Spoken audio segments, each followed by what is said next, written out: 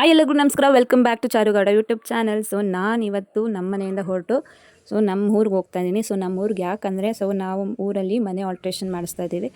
ಯಾವ ಥರ ಮಾಡಿಸ್ತಾ ಇದ್ದೀವಿ, ಹೆಂಗಾಯಿತು ಅನ್ನೋದನ್ನ ನಾನು ಈ ವ್ಲಾಗಲ್ಲಿ ಕಂಪ್ಲೀಟಾಗಿ ತಿಳಿಸ್ಕೊಡ್ತೀನಿ. So keep watching.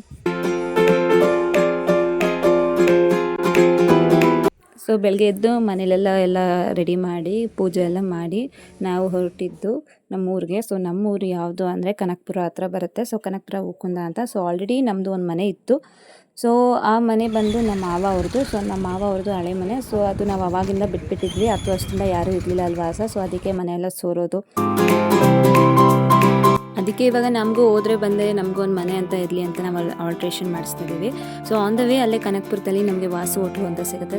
ತುಂಬ ಫೇಮಸ್ಸು ಮಸಾಲೆ ದೋಸೆಗೆ, ಯಾಕಂದರೆ ಅದು ತುಂಬ ವರ್ಷದಿಂದ ಇದೆ. ಹಳೆ ಕಾಲದ ಹೋಟ್ಲು, ಮಸಾಲೆ ದೋಸೆ ತುಂಬ ಫೇಮಸ್ಸು. ಅದಕ್ಕೆ ಅಲ್ಲಿ ಮಸಾಲೆ ದೋಸೆ ಮತ್ತು ಕಾಫಿ ಕುಡ್ಕೊಂಡು ಹೊರಟ್ವಿ. ಅಲ್ಲಿ ಒಂದು ಮಸಾಲೆ ದೋಸೆ ಬಂದು 60 ರೂಪೀಸು. ತುಂಬ ಚೆನ್ನಾಗಿರುತ್ತೆ. ನೀವು ಕೂಡ ಹೋದರೆ ಟ್ರೈ ಮಾಡಿ. ವಾಸು ಹೋಟ್ಲು ಅಂತ ಅದವ ಎಷ್ಟು 1995 ಏನೋ ಅಲ್ಲಿ ಇಯರ್ ಹಾಕಿದ್ದಾರೆ. ಆ ವರ್ಷದಿಂದ ಇದೆ. ನಮಗೂ ಅಲ್ಲೆಲ್ಲ ದೋಸೆ ತಿನ್ಕೊಂಡು ಹೋದ್ವಿ. ಅಲ್ಲಿಂದ ನಾವು ಹೊರಟಿದ್ದು ನಮ್ಮ ಉಕ್ಕುಂದಕ್ಕೆ, ನಮ್ಮ ಊರಿಗೆ. ಅಲ್ಲಿ ನಾವು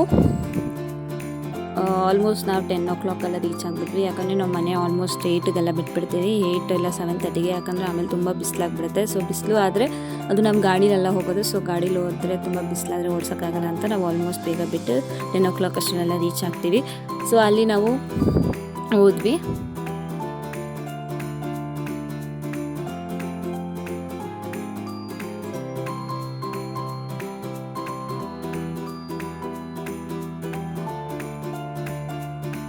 ಆಮೇಲೆ ಅಲ್ಲಿ ಹೋಗಿ ರೀಚ್ ಆದಮೇಲೆ ನಮ್ಮ ಅತ್ತೆ ಅಲ್ಲಿ ಅಂದರೆ ಅವ್ರ ದೊಡ್ಡಮ್ಮ, ನಮ್ಮ ಹಸ್ಬೆಂಡ್ ಅವರ ದೊಡ್ಡಮ್ಮ ಅವ್ರ ಮನೆ ಇದೆ ಅಲ್ಲಿ. ಅದೇ ಪಕ್ಕದಲ್ಲೇ.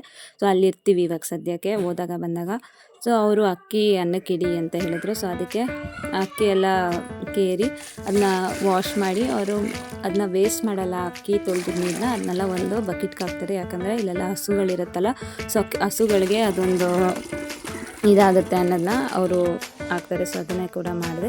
ಅದಾದಮೇಲೆ ಇಲ್ಲಿ ನೋಡಿ ನಮ್ಮ ಮನೆ ಆಲ್ಟ್ರೇಷನ್ ನಡೀತಿದೆ. ಇದೇ ನಮ್ಮ ಮನೆ. ಇಲ್ಲಿ ನೀವು ನೋಡ್ಬೋದು. ಆ್ಯಕ್ಚುಲಿ ಇದು ನಾರ್ಮಲ್ ಮನೆ, ಅಂದರೆ ಅವಾಗೆಲ್ಲ ಹಂಚಿನ ಮನೆ ಇತ್ತಲ್ಲ, ಅದೇ ಥರನೇ ಇತ್ತು.